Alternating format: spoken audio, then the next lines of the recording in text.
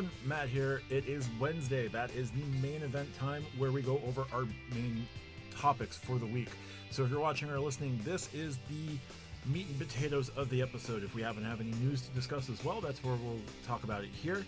For the full episode, check us out on Saturdays. Thanks for watching and listening. Hope you enjoy. We're going to move over to our news and roundup section as well as topics.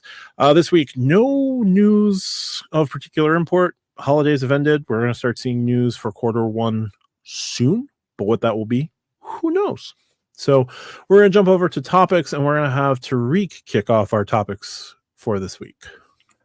Okay, so after the thought of our question mailbag episode last week, it had me thinking of Keith's questions. One of the, three questions that he asked last week, specifically about Bilt, in which we ended up telling him it's okay to, kick Bilt to the side for him. But the question of reevaluating Bilt points had me thinking of the entire concept of point valuation, cent per point valuation, and how that there's no really good universal valuation, because the way it's calculated is so differently. Because obviously there's like the points guys valuation. I think NerdWallet has a valuation, and then there's always people talking about how they estimate points. Some people include taxes, some people don't include taxes. So with all that being said, is there a better way to determine what a point would be, whether it be for specifically transferable currencies, but even like a Marriott Bonvoy point or United Mileage Plus Mile? There doesn't seem to be a good way to value it, and I want to see, is there a better way? I feel like the answer is no, but I'm still willing to dig and see what we got. And I want to start this with Lani, because that is Mr. Cent per point doesn't really matter. And I want to see what you think on that. Yeah, there is a better way to value it. You can measure it in satisfaction. No matter how much it costs, does it make you happy or not? Does it have to be 2 cents per point, 5 cents per point for you to take the trip? No, you know me, I'm team take the trip. If we talk about these valuations all the time, and I know Chase is 1 cent per point.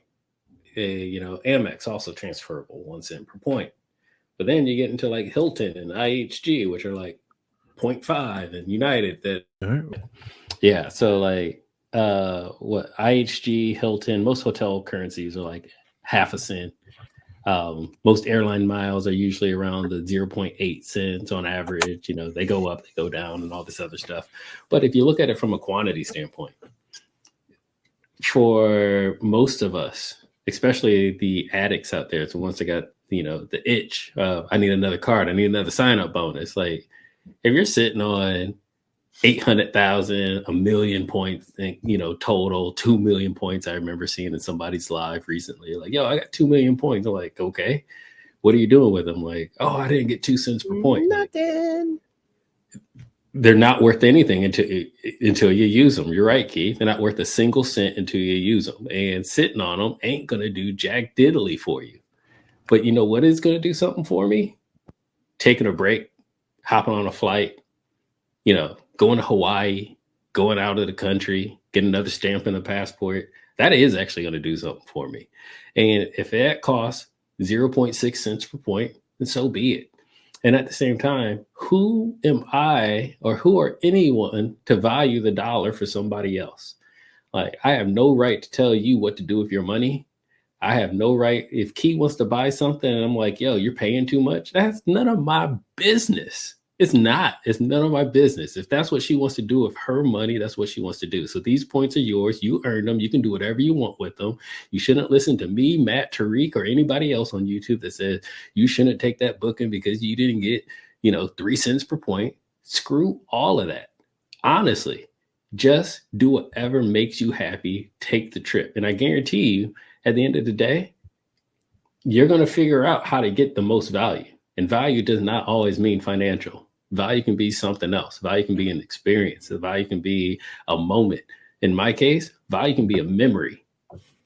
That's value. And I can't put a cent per point value on watching my son take his first, roller coaster ride. I can't. So screw it. I'm going to take the trip, and I might get a good cent per point value. I might get a bad one.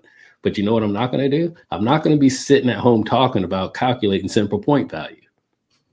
Full stop, end of story. Straight up. Two things. Yeah, I've gotten to the point where I stopped caring about cent per point. If I have enough points for the booking, great. I'm going to do it because I'm not worried about if this Hyatt is going to give me 2 cents per point versus the other Hyatt being 3. At this point, it's arguing over nonsense or debating over nonsense. And to the person who had 2 million points in whatever transferable currency you had, and you're just sitting on that, I don't care if I'm getting 0.2 cents per point. Obviously, I'm joking. But at that point, cent per point doesn't mean anything. Like, at 2 million points, I'm burning it on whatever I feel like it. Whether it be just, I don't care if it's just like 100 different Holiday Inn Expresses where I'm getting the cinnamon rolls for breakfast. Like, at that point, I'm just booking what I want to book because 2 million points, man. That's just like the fishing story stuff. When people reach out to me either on Discord or via email or however in the comment, whatever which way, and they're like, "Yo, I have X 100,000 points." My first question before you're like, ask me anything strategy is, what are you going to do with those? That's my every single time. What's my first question is, what are you doing with them? And it's like, oh, I'm not doing nothing with them. I just want to sit here and sit on them. You don't do that with your own savings account. Why would you do that with your points? And if you're sitting on that many, I know there's like terms of points rich, points poor. I think when you hit 1 million plus, you're at Jeff Bezos status. And I call it Jeff Bezos status because that dude ain't looking at price tags. He wants it, just go. You got it. He's not asking anybody, can I borrow $5? You don't need it. You got it. So just go. If you have 2 commas in your points balance, stop trying to figure out how I'm going to get the max value. You'll earn your points back. Good God. Unless you plan on spending 800,000 points, just take the trip. If I had like 2 million chase points, I would straight up just 2 million chase points. I would cash them out, invest them if I didn't have a plan. I would literally just cash them out and invest them at that point. Because and even if you had a plan, like go ahead and you're doing a trip, do the first class trip, get the elevator. Like at this point, that's an experience. Make it memorable, make it sensational. Because what else are you gonna do with the points? Just tell people you got 2 million points, but you don't do anything with them? Like, man. Yeah, use the points, or if not, donate them to one of us. We will gladly take the points 100%. And use them on your behalf. 100%. I used 1.7 million points last year, so send them to me. Send them to Key.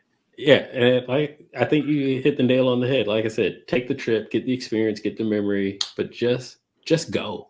There's no point holding on to them. If you need 100,000 hotel points to take the trip, and you hit 100,000, bye. That's it. No matter what value you get, go. You're done. You did it. That is true facts. Key, you want to add on to that? Nope. Preach. Matt, anything else? We spend in this game, regardless of what level you're at, we spend too much money to just sit on the points when we have the points. To generate 300,000 chase points just using, let's say, business card welcome offers is $24,000 in spend to generate 300,000. For that $24,000 in spend, you could book a really nice vacation. But you're going to sit there and wait for the 300,000 points to give you 3 cents per point, 4 cents per point, 5 cents per point. No, take the trip. Have yourself the experience. Enjoy what you are subsidizing for. Like, if it's not the optimal amount of cent per point, like don't sit there and stress cent per point. Like, you're going to drive yourself insane with analysis paralysis on that. Like, you can go out and calculate how many points you need for a trip. You know, if you're going to do this trip in 2 or 3 years, maybe adjust for some potential point inflation, but calculate what you need, give yourself some overage, take the trip. Like, it doesn't make sense to go out there and just collect, 300,000 chase points on ink welcome offers, trying to get as many inks as you can in a year, spend 4 ink welcome offers. I'm just talking the basic 75,000 point welcome offers, either the ink unlimited or the ink cash, not even the ink preferred, not any additional spending, to get 4 welcome offers between yourself and any potential other players in your game. That is $24,000 in spend. You could have booked a really amazing vacation for $24,000 if all you wanted to do was spend $24,000. Like, you were spending that much money to sit on that many points.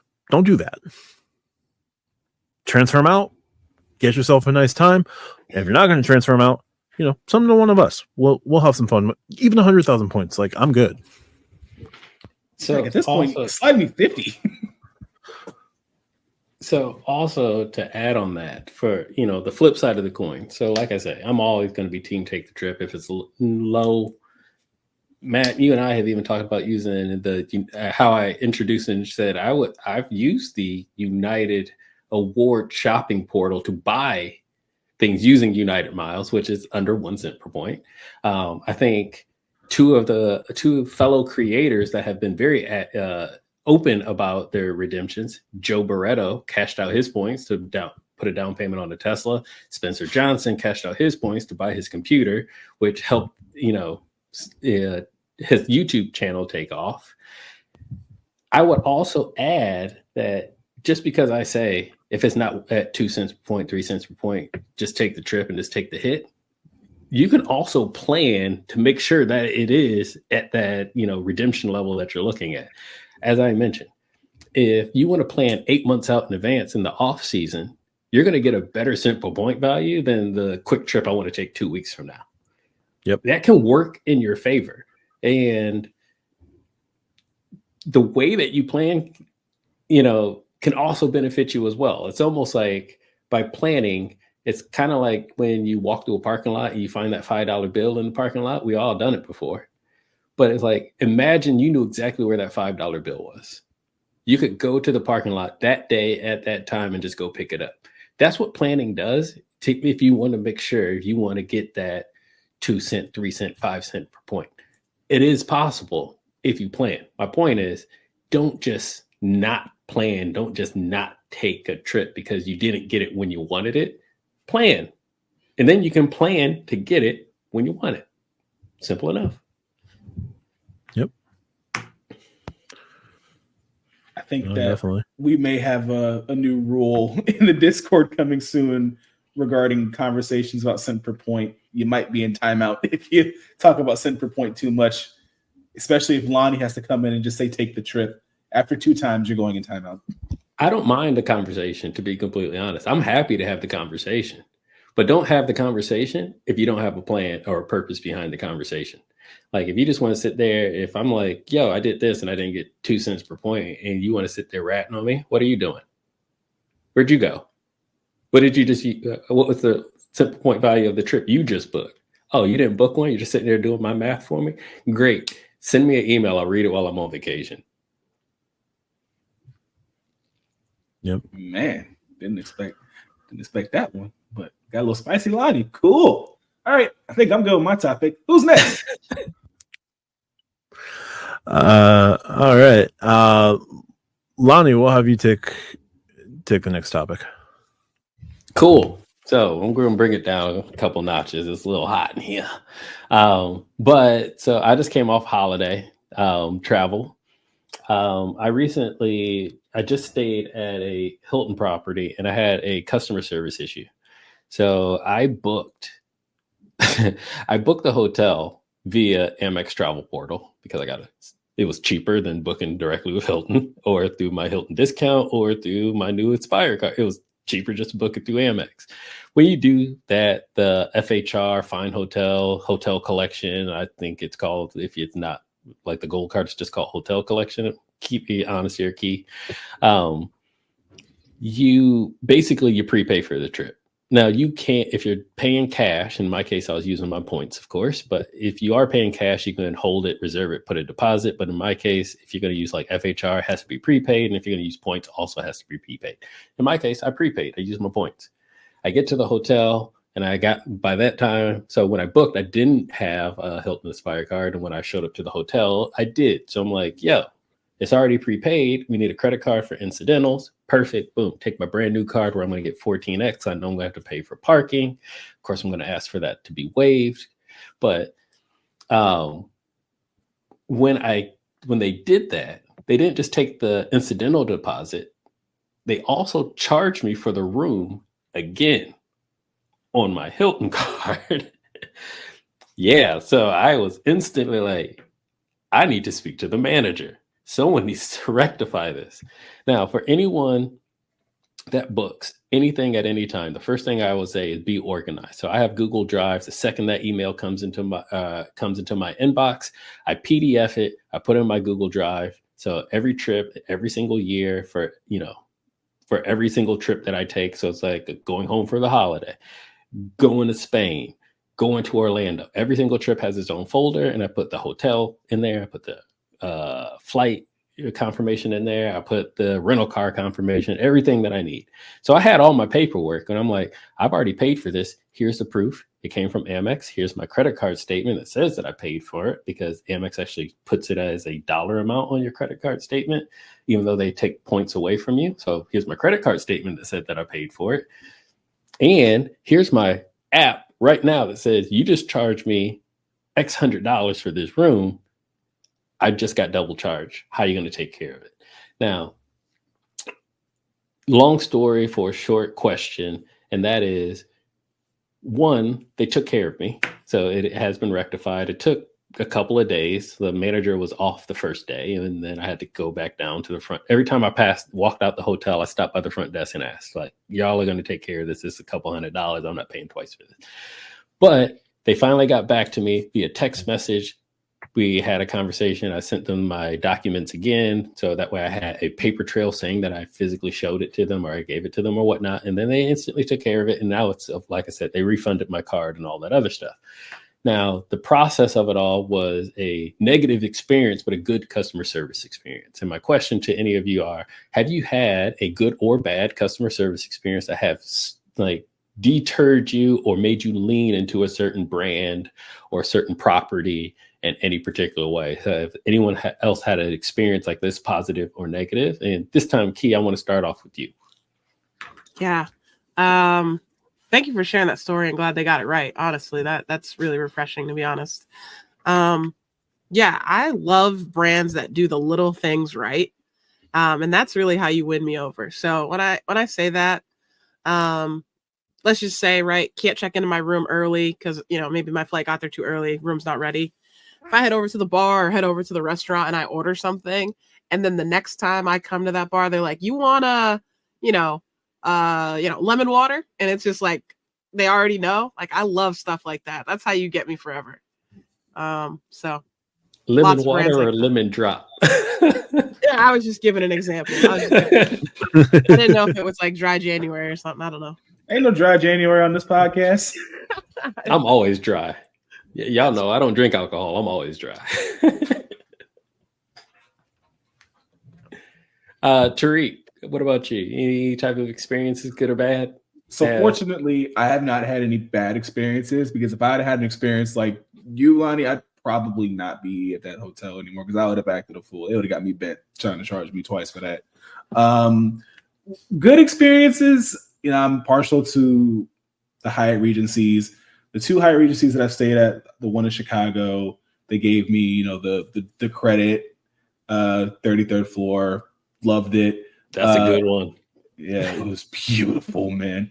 Hyatt Regency, downtown San Antonio. I was there for New Year's Eve, had Discoverist. So, the usual thank me for being a Discoverist. They asked me if I wanted to do the 2 p.m. late checkout. I didn't have to ask for it. And then they asked me if I wanted a glass of champagne. So cool, got that solid. Other one would be Grand Hyatt when I did that little staycation.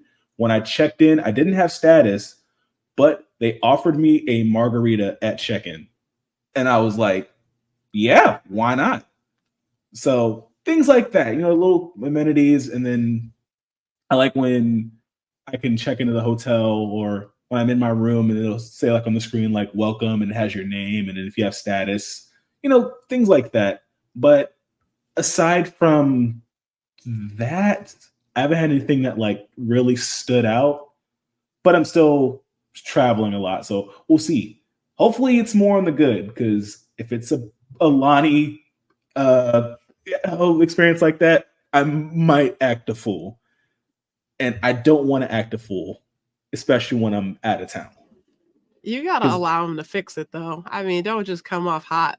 No, I mean, yes, but at the first, like, my first thought's gonna be like, "Hey, yo, y'all gotta fix this," because the problem is, I may seem a little abrasive, and then if they take that with the sir, I'm like, "Don't sir me, fix this," and yeah, that is going to be the quickest way to not get it fixed. I know. Moral of the story: just don't do that, because I'm going to be hurt. Well, don't do that. Slide tangent. One, Hyatt Regency over the Chicago River is, if you get the right room, you got an amazing view. Period. 33rd floor. I was like, oh, I'm ready to book a flight back to Chicago. It's so beautiful. It's a better, and I hate to say it is a better view than the Intercontinental on Michigan Avenue, which is literally right across the street, like a block and a half away.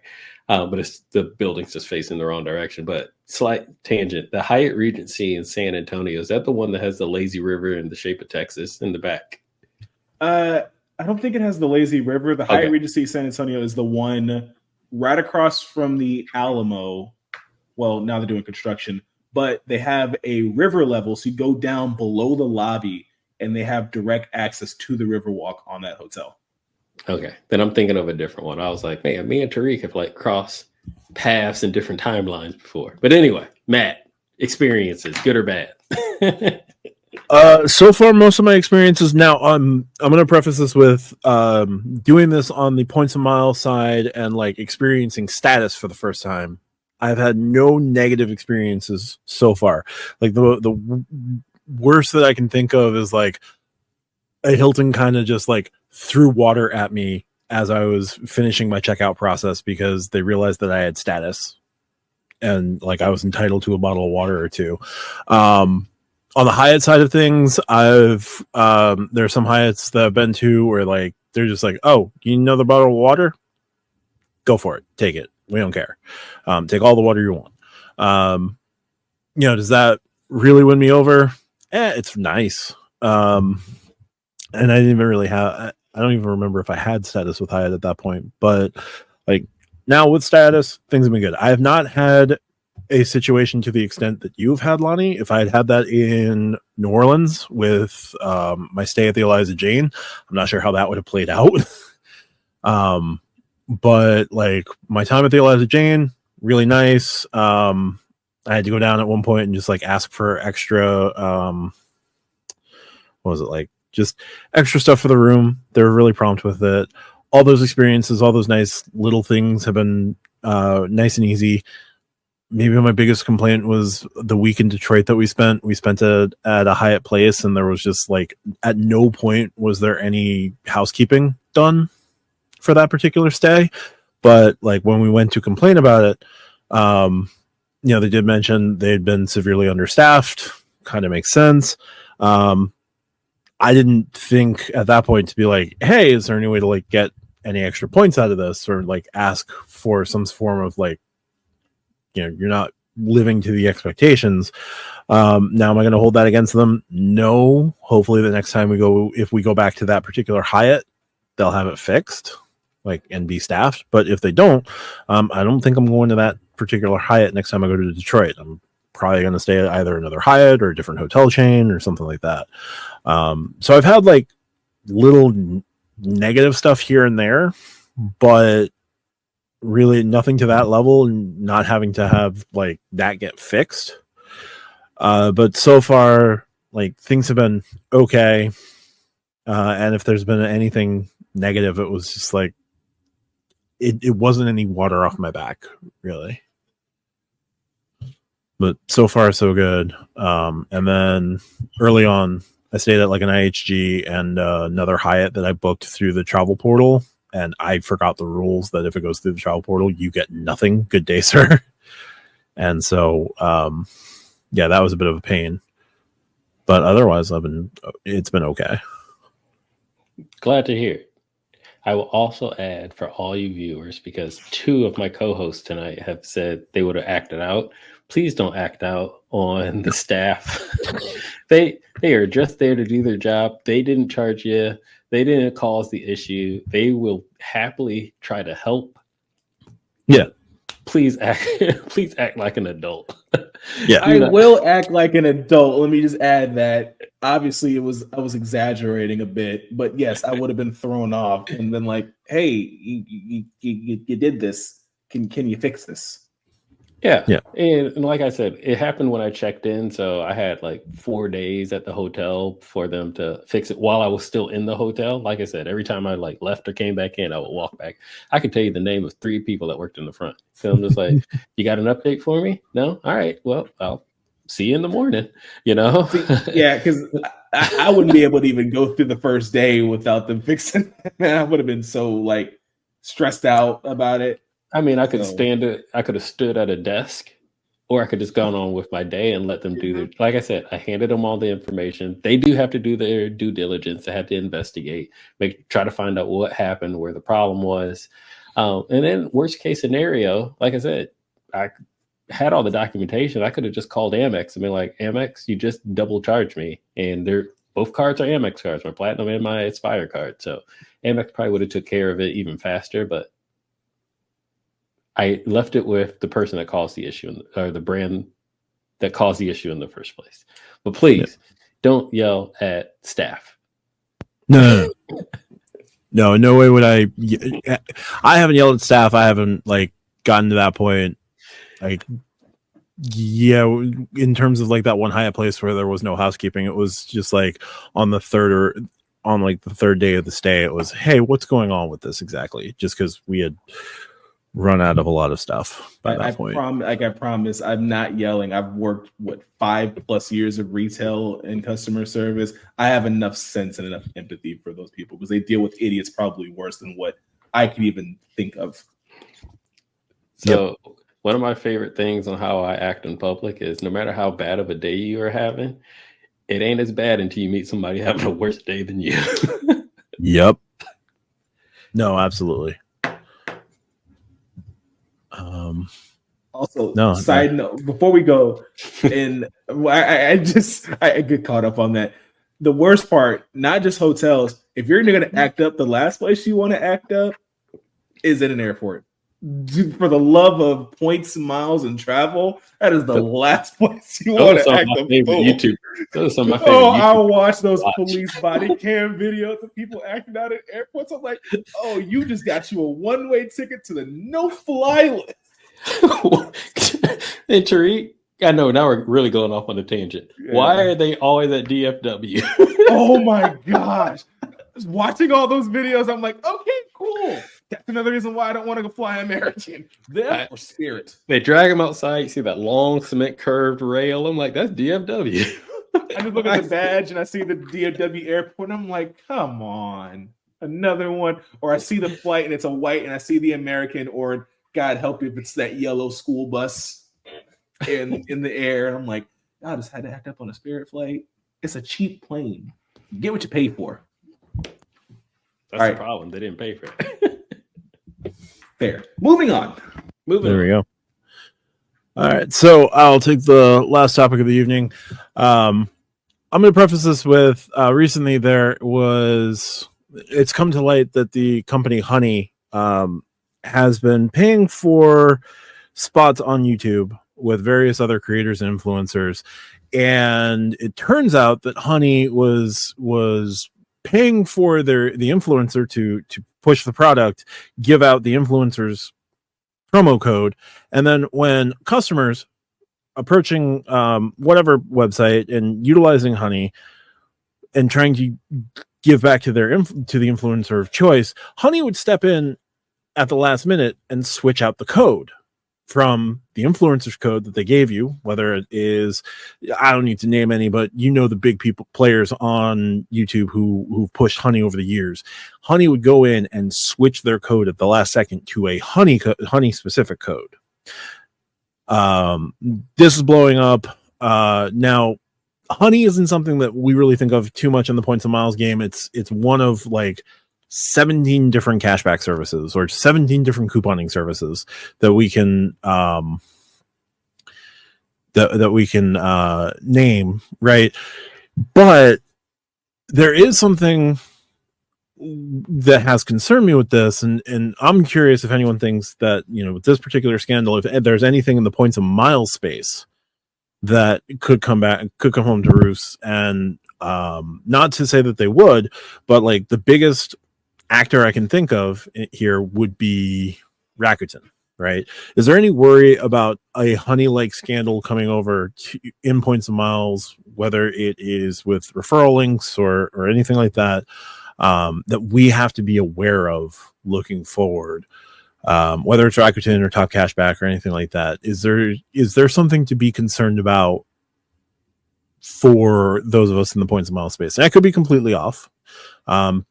Lani, I'll go to you first, just because you are in the tech space and you can probably speak a little bit to this for additional context.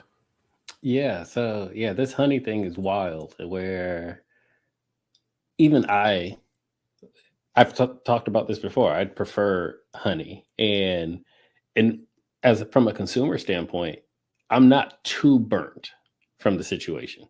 I am burnt from the situation. Let's not get it twisted, because understanding, I saw Megalag's video as well, the one that kind of like initiated, the one that did all the investigative reporting, which is a great video if you haven't gone and watched it yet, where I have found codes that aren't in Honey that have worked better on particular sites. And I'm like, oh, I thought Honey was supposed to have this. So sometimes I add it in and sometimes I don't, but whatever. But until I saw that video and I was like, man, I didn't realize that Honey is basically lying on what the purpose of what their platform is said to do. Like, so chances are I've lost out because maybe I didn't feel like digging on the interwebs for a better promo code. So I could have ended up losing out.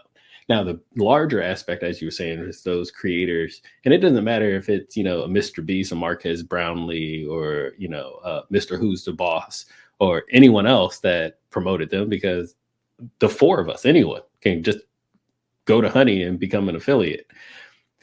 At the same time, if you did do that, for those people that were doing that, they are getting the biggest loss, because they're the ones that are getting their money literally stolen out of their pockets. Now, as you mentioned, could Rakuten do this? Yes. I don't think Rakuten will, because I think Honey's about to get hit in the pockets pretty dang hard. Where Rakuten would be like, I'm not doing that.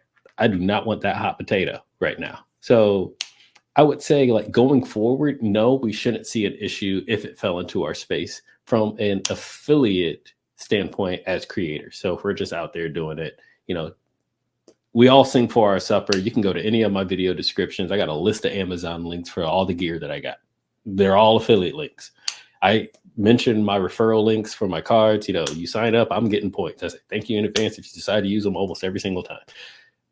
Yes, but that does not go through Honey or Rakuten or anything else. So we are okay there for now. But when it comes to something like I said, the Amazon thing, chances are I've lost out because Key could have clicked one of my Amazon links and then clicked Honey, and now I get jack squat out of it, even though I led her to that Amazon purchase or whatnot. And so yes and no to answer the question, Matt, but do I see it as a large scale of, you know, booking travel, like book a hotel or book something like that? Not really. And that's only because from an affiliate standpoint, there's not a lot of, I'm a United affiliate, so book a United flight. You know, that stuff doesn't really exist in our space. At least I'm not part of it. And same thing for hotels. Now, there are third party like Expedia, hotels.com that do those affiliate partnerships, those types of things. But I think the space that we're in for what our viewers or the consumers that are going to be purchasing in terms of travel, we're in a good, we don't have to necessarily worry about it. But for all the other affiliate products, luggage, bags, gear, wallets, I know how many people are talking about extra wallets in their video, those types of things. Yes, that can affect the bottom line. That could affect the P&L of creators on how they make money. And chances are, yeah, they've probably missed out on a couple. Like, think how many lives Joe Barretto does and brought up an extra wallet. Now, if you clicked on his link and then clicked on Honey, who knows how he's getting paid? I'm not affiliate with Extra in any way, but I don't know how he's getting paid. But what if they were taking money from him? Just using the quantity of how many videos he does and talks about it and leads people through Extra, just using that as a hypothetical, could quantify to quite a bit of money out of his pocket. And that's where I think the biggest issue is that there companies like that, in this case, Honey, have not been honest with the creators, which in turn has just snowballed or ripple effect out to consumers.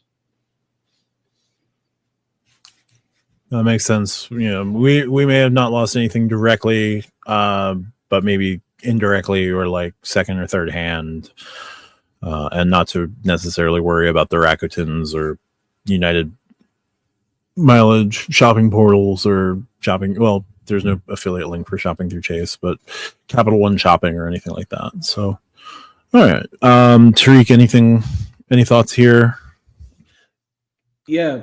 So regarding just Honey, I always found it a little interesting seeing how many videos of how many different creators had a Honey sponsorship, how much money Honey was putting into advertising and affiliate links.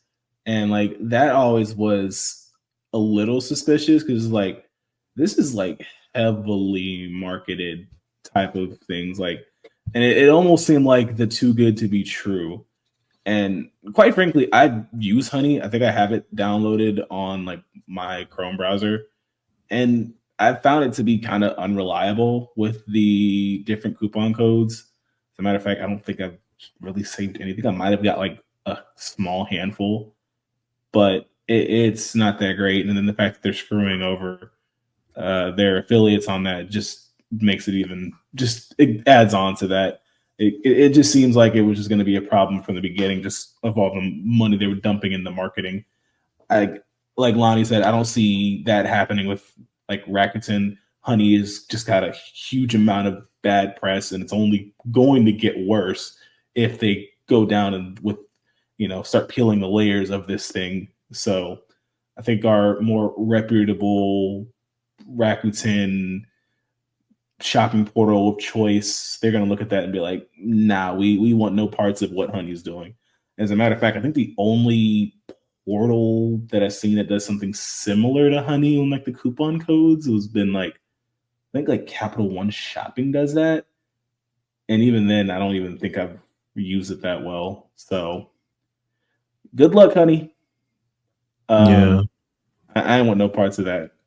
But apparently Klarna does that too. Thanks, Lani. But yeah, no. I think at least in the points and mile space for like what we do and how we do it, I think we'll be okay for the foreseeable future. Yeah, that makes sense. The only other one that I can think of might be like not in addition to Klarna and Honey would be Kudos, depending on how they do things. But I don't know. I know Kudos does like it'll like match like the best card, and then does like the Kudos boost where it's like certain amount of like 2x or 2% of their boost per purchase, but it's not like a direct coupon code thing from what I've seen. I've dabbled in Kudos a little bit. That's fair. I just want to add, all great discussion. I think it's just up to us as consumers, right? Like they're taking money out of pockets of everybody, right? Not just people on YouTube and people promoting them, but they were giving out coupon codes that didn't work. They weren't giving you the best coupon codes. So it's possible that you paid more without knowing you were paying more. But also, right, this was a free browser extension, and Honey is owned by PayPal. So if PayPal is doing this type of stuff, just use this as a lesson to really consider who you're doing business with and the reputation that these companies have had in the past.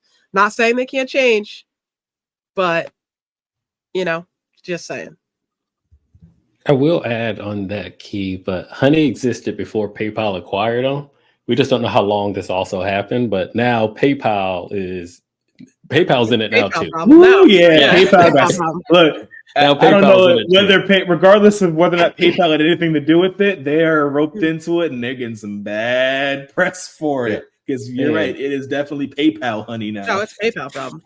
And I know right before the end of the year, Key, you had mentioned in a live, I think you were on a live with Sledge, where you had said that you're even skeptical about Rakuten because sometimes it be acting funny. And now it actually makes me look back because, like I said, I've used Rakuten, I've used Honey, I've used all these things before. And we've all probably used one before. And like you make your purchase and then it doesn't show up in the transaction. It was like, wait a sec. Now I'm thinking it wasn't a glitch. Did they just say, nah, we're just going to wipe this one off and just, if they don't call us, then we're just going to let it slide. I don't know where to trust it anymore. Like I've even used on Rakuten. I've made purchases and it's like not pending, doesn't show up. I made the purchase. And I'm like, yo, maybe they're just like, we're only going to count 8 out of 10. And hopefully nobody asks questions. Who knows? Great. Now I'm thinking about the times I use the portal and it's great. And it may or may not have showed up. Great. Now I can't even trust my stacks anymore. Dang. Thanks, Honey, for screwing it for everybody. Or at least also thank you sincerely for bringing it to late. Well, There's a reason it's called the PayPal Mafia. Like I had mentioned earlier, you like save everything. So when it don't show up, you're like, yo, here's my date. Here's when they track when you like click the link and go to a website. Like, here's this. I bought it on this time. It's time stamped. Here's my order. Pay me my money, honey. How long were you holding that one? For about 2-3 minutes. Okay. Yeah. Document. And Honey, we're not sure how long this has been going on. PayPal has kind of shown who they are before. We'll see what happens. But yeah, I just was curious how it may affect, if it may affect the overall community. But right now, it doesn't sound like we're too worried about it. No, but I can definitely see a couple of class action lawsuits come to play on this. So y'all keep your eye out. If you've ever used it, downloaded it, if you can't go back and document everything, you'll probably get just a couple of bucks. But hey, you might get a couple of bucks out of a class action lawsuit. Yep. There you go. All right. Yeah, that's all I kind of had there. Key, do you have any other last minute topics? Anything you want to bring in the fore? No, I'm good. That was great. Honey. PayPal, we gonna learn today. Yeah, things ain't sweet over on Honey no more. No, that's a good one then. All right, well, that'll do it for our topics of the week. If you like what we do, hit the like and subscribe. Check us out every Monday, Wednesday, and Friday for various portions of the show. Full show comes out on Saturdays. Please, if you want to check us out in all audio format, check out the podcatcher of your choice. Give us a like and subscribe here on YouTube if you so choose. We are pushing to 300 subscribers here. I know Lani recently crossed 3,000 subscribers on YouTube. I've recently crossed 1,500 subscribers. Key is almost at 1,500 subscribers. Tariq, we're still waiting on your push to 100. And that's all I had there. So Lani, if we wanted to find you on the internet, where's the best place to find you? You can find me right here on YouTube. Just type in Call Me Lani, all one word, and Lani is spelled Lani. It's the best way to reach me. And if you want, you can also reach me on the Discord, also under the exact same name, Call Me Lani. Thanks very much, Lani. Key, best place to find you? All things Kiki Adventures, KEY Adventures, mostly on YouTube, but also Instagram if that's your jam. And I look forward to listening to this, seeing what the comments are, if you're interested, I do have a live stream coming up on February 2nd. So hopefully see you then. Definitely check that out. I haven't had the opportunity to check out yesterday's live, but I'm going to try and catch that on replay very soon. It was a fun one. Geeky Adventure. Oh, good to know. Be on the lookout. I'll try to fit that in as soon as I can. I do have a little bit of free time coming up. Tariq, best place to find you around the confines of the internet. So definitely in the Stack Your Points Discord, and you will see me on Reeks Rewards. I just checked my subscriber count. I have a good amount of people waiting for that video, so appreciate y'all. And you'll get a drop here soon. Sure. Record it, edit it, post it, get it out there. Get those first couple out there. Get those jitters out, and keep on rolling. All right, that'll do it for this week's episode. As always, click like and subscribe. Thank you so much for your time. We'll see you next week for another episode of Stack Your Points. Thanks so much.